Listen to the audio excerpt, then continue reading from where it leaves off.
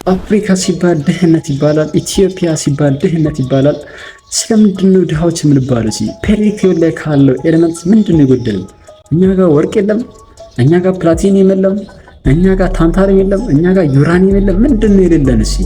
ስለምንድነው ድሃዎች የምንባለው? ከኛ ጋር እየወሰዱ እየሰሩ እኛን ድሃ የሚል ስም የሚሰጡልን ስለምንድን ነው? ከሰማዩ ዝናቡ ጎደለን? አሲድ የለው፣ ሰልፋሪክ አሲድ የለው፣ ናትሪክ አሲድ የለው፣ ምንም እኮ የለም። ንጹህ ዝናብ እኮ ነው የሚዘንብልን። ስለምንድነው ድሃዎች የሆን ነው? አፍሪካ ስለምን ከድህነት አልወጣችም ብዬ አንድ ከ11 ወደ 12 ሰቅሎ ያለፈ የሶሻል ተማሪ እንግሊዝ ብትሉ ጂኦግራፊ ብትሉ 99 ዓመት ያለፈ ሰቅሎ ያለፈ የሚገርም ልጅ ይዤላችሁ መጥቻለሁ። ከአፍሪካ ለድህነቷ ዋነኛ ተጠያቂ ናቸው ብዬ ማስበው ሶሻል ተማሪዎች ስለሆኑ ምን ይላል ሲያሳ የሶሻል ተማሪ እንደመሆኑ ምን የሚል መልስ ይሰጠኛል ትመልከቷላችሁ። እናም ደግሞ የገረመኝ ነገር አለ ታዩታላችሁ መጨረሻ ላይ እንዳትወጡ። መጀመሪያ ግን ይሄን ሁለት ቪዲዮዎች አሉ እነሱን ጋብዣችሁ ልመለስ መጣሁ። ዘንድሮ በቅሽ ነው የምትሄጂው። እኔ መርሻ እንደዚህ ነኝ።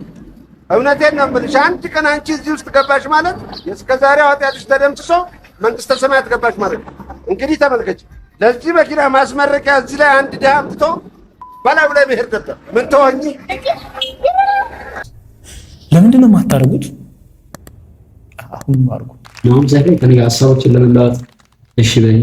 ስለተገኘ አመሰግናለሁ። እሺ በሱ ፈቃድ አመሰግናለሁ እዚህ ስለጠራኸኝና ለሀሳብ መለዋወጡ ዝግጁ እንደሆንኩ አምናለሁ። እሺ ቴንክ ዩ ቬሪ ማች። ዛሬ ሀሳብ እንድናወርጥበት የፈለግኩት ምንድነው አፍሪካ በቂ የሆነ የሚያለማ ወጣት ኃይል እያላት በቂ የሆነ ሪሶርስ እያላት በማዕድኑ የሚያለማ ወጣቱ ሰፊ የሆነ መሬት እያላት አፍሪካ ስለምን ለምናለች እስካሁን በሚለው ሀሳብ ላይ ሀሳብ እንለዋወጥበታለን። በመጀመሪያ ስለ አፍሪካ የተወሰነ ነገር ብለን ጀምርስ። የሶሻል ሳይንስ ተማሪ እንደሆነ ስለ አፍሪካ ብዙ ነገር ታውቃለህ፣ ሀሳብ ስትበት። እንግዲህ ስለ አፍሪካ እናወራለን ብዙ ጊዜ በሂስትሪም በጂኦግራፊም በምንም ጊዜ በኢኮኖሚክስም እኛ ስለ አፍሪካ ብዙ ነገር እንማራለን እና ከብዙ ነገሮች ውስጥ አንዱት በጣም እንደምትጨቆን እና ብዙ የሂውማን ሪሶርስ ኖሯት እሱን አትጠቀመም እና ብዙ ሚኔራል ያላት ኮንቲኔንት ናት። ከሌሎቹ ሀገር ሲገኙ ብዙ ሚኔራል የሚገኘው አፍሪካ ውስጥ ነው። እዚህ ጋር ስለ አፍሪካ ለማለት የምፈልገው ብዙም ያልተወራላት አህጉር ነች። ኢትዮጵያዊ እንደመሆናችን በጣም ደግሞ ኢትዮጵያ ከልጅነታችን አንስቶ ስንማር የአፍሪካ ኩራት እንደሆነች እንደሚሰማና አብዛኛው አፍሪካዎች በጭቆና በነበሩ ጊዜ በአውሮፓውያኖች ዘመን በኮሎኒያል ጊዜ በነበሩ ጊዜ ኢትዮጵያ ነፃ በመሆኗ ምክንያት የዛ ጊዜ የአፍሪካ እውቀታችን እንዳብሯል ምን ያህል እንደተጨቆነች እናውቃለን በዛ ጊዜና ለአፍሪካ ጥሩ አስተሳሰብ አለን ብዬ አምናለሁ። አመሰግናለሁ። አፍሪካ እስካሁን ስለምን ድህነት ውስጥ አለች በሚለው የተወሰኑ ምክንያቶችን ነው። በዚህ ጉዳይ ላይ የትምህርት እጥረት ነው ብለህ ታምናለህ? የትምህርት ኳሊቲ እጥረት ነው ብለህ ታስባለህ? ወይ የአፍሪካ አንዱ መሰረተ ችግሩ ትምህርት ነው።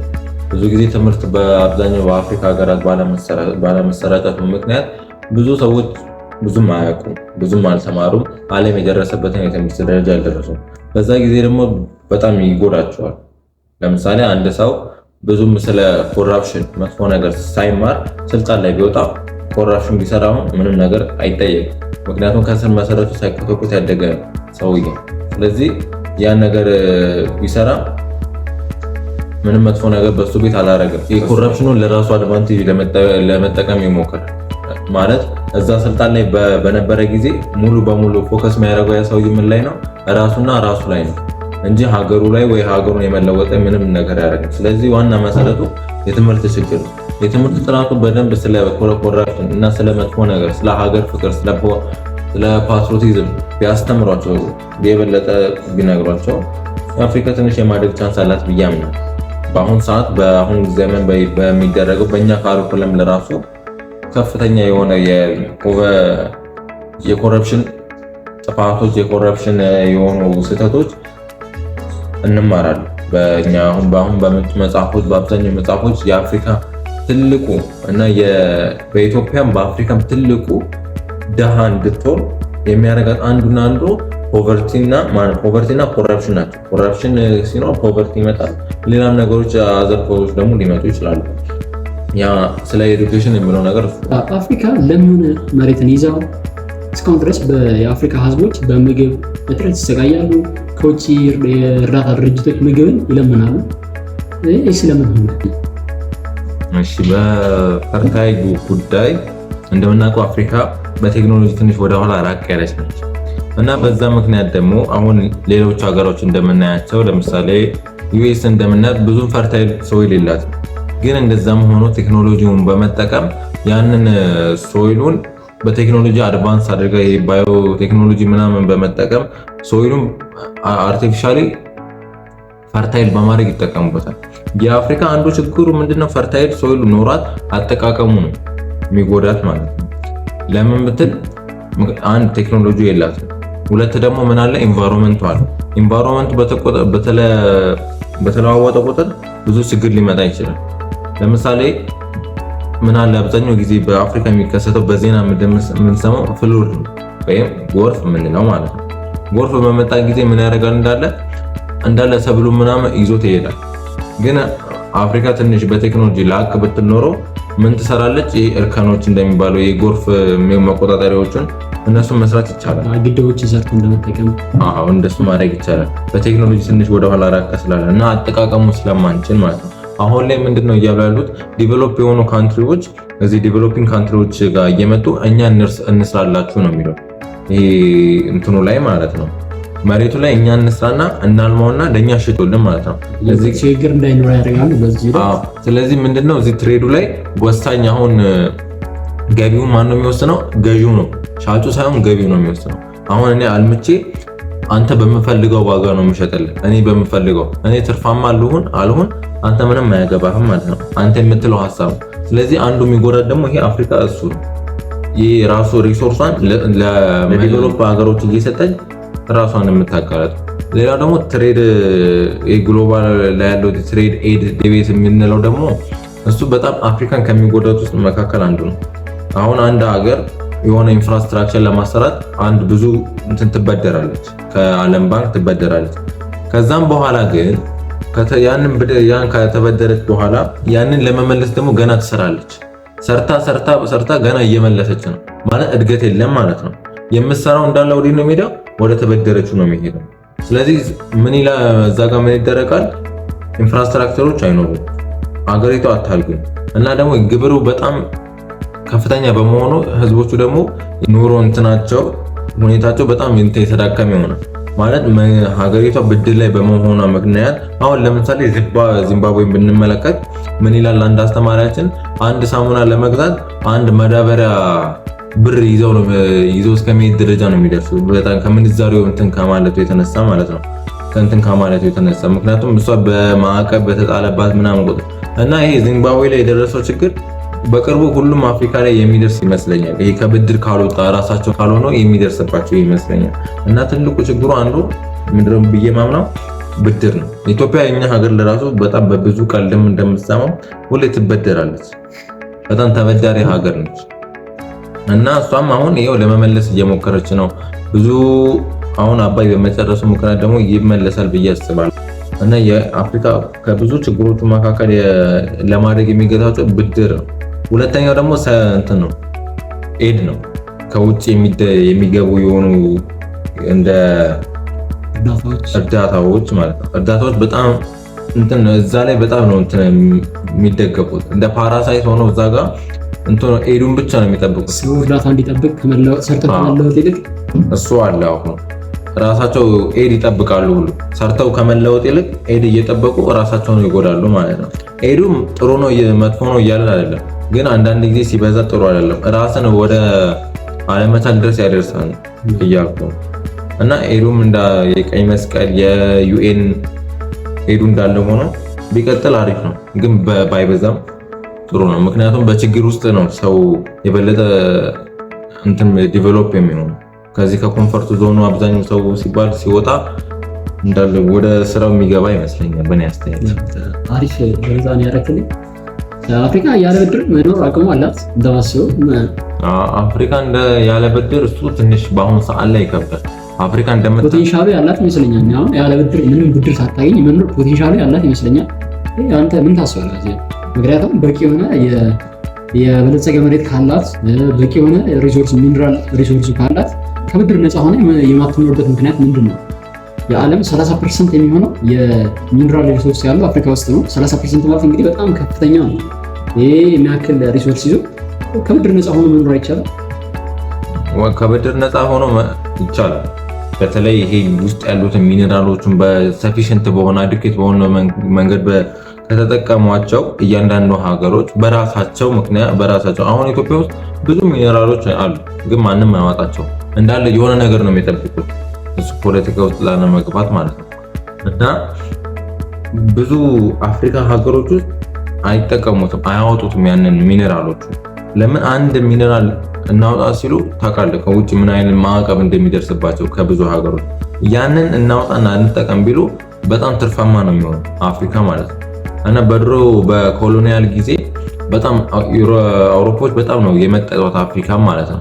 እንደ አገዳ መጠው ነው የጣለው እንትኑ እንዳለ ሚነራሉን እንዳለ ወስደው ማለት ነው። እና አሁን ሚነራሉን ቢጠቀሙት በጣም ትርፋማ ነው የሚሆነው።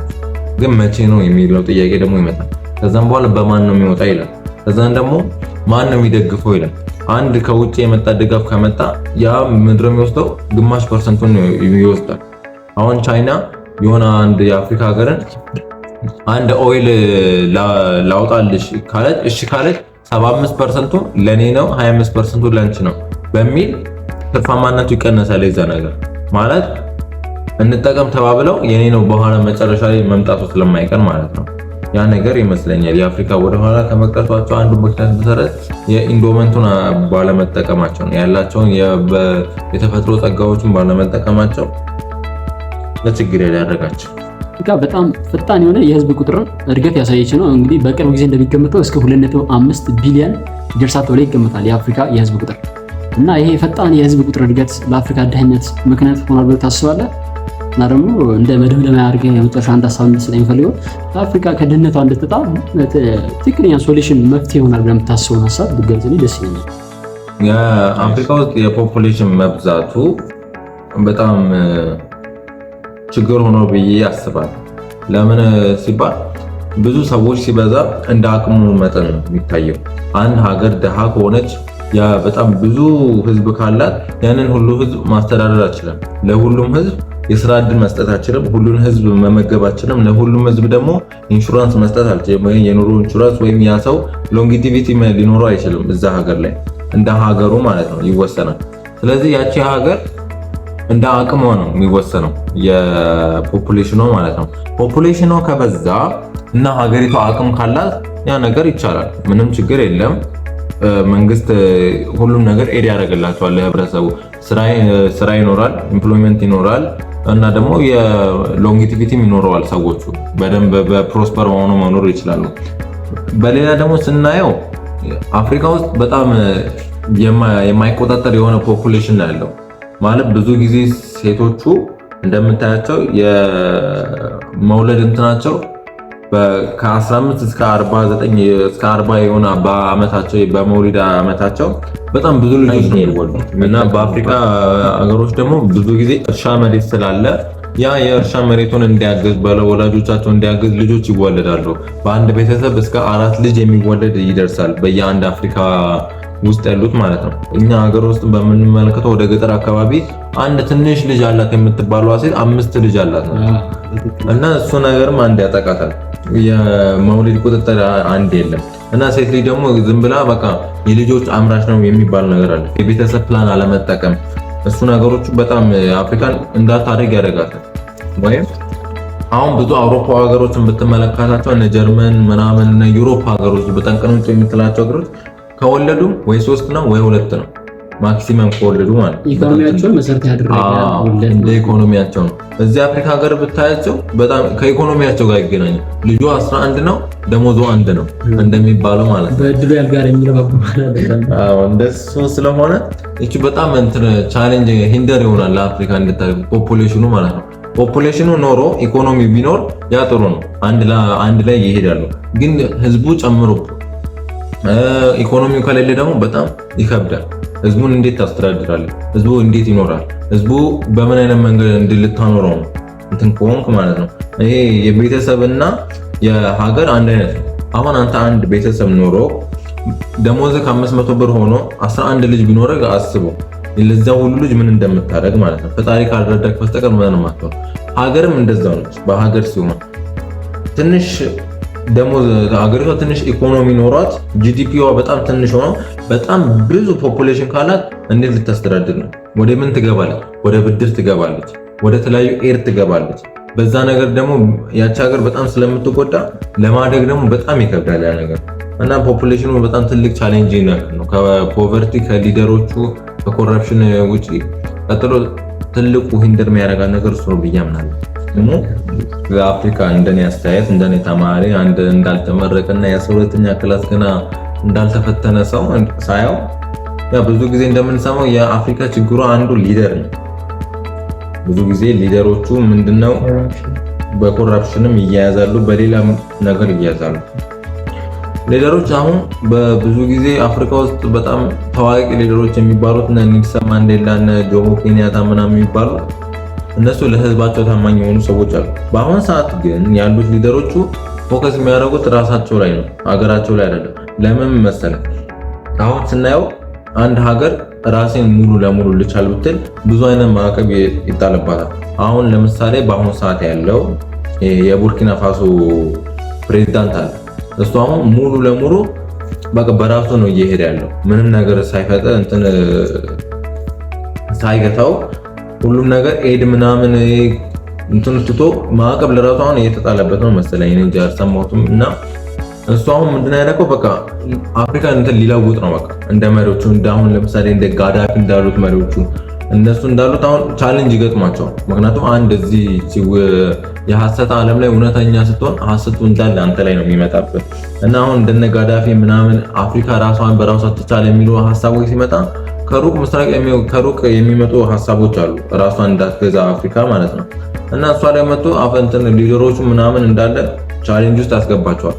እና ያንን የሚችል ሊደር ካላት አንድ ሀገር የማድረግ ችሎታው አለ፣ ፖቴንሻሉ ይኖራል።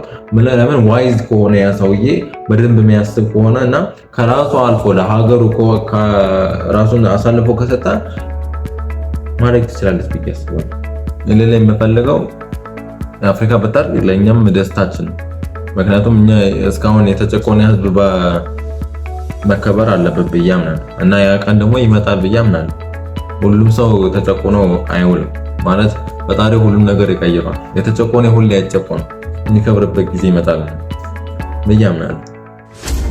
ስለ አፍሪካ አውርቶ ስለ ኢትዮጵያ አውርቶ ድህነትን አለማንሳት የሚከብድ ይመስለኛል። ቢኮዝ አፍሪካ እና ድህነት አንድ ላይ አንድ ሳጥን ሁለት ገጽታዎች የሆኑ ይመስለኛል። ድሃ ብንባልም ምንም አይከፋኝም። እንደውም ከዛም በላይ ስድብ ካለ ብንሰደብ ጥሩ ይመስለኛል።